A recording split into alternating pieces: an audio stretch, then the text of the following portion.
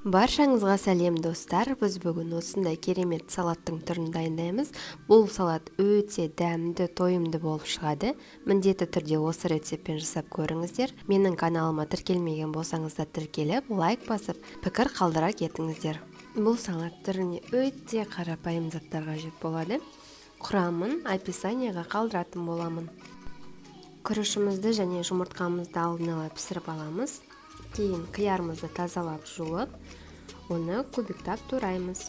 Бұл ингредиенттер 1 кесе суға піскен күрішке есептелінген, және де краб таяқшаларында төртбұрыштап кубиктап тураймыз. Осындай сұрақ туындауы мүмкін, краб таяқшаларын ұнатпайтын едім, қоспасам болмай ма деп. Жоқ, бұл салатқа өте ерекше дәм беретін ингредиенттердің бірі осы краб таяқшасы болып табылады. Жұмыртқамызды да дәл солай видеодағыдай көріп тұрғандарыңыздай төртбұрыштап майдалап тураймыз. Консервіленген жүгеріңізді де қосып, оған 2 қасық майонезімізді қосып, салатымызды жақсылап араластырамыз. Сонымен біздің бүгінгі салатымыз дайын болды.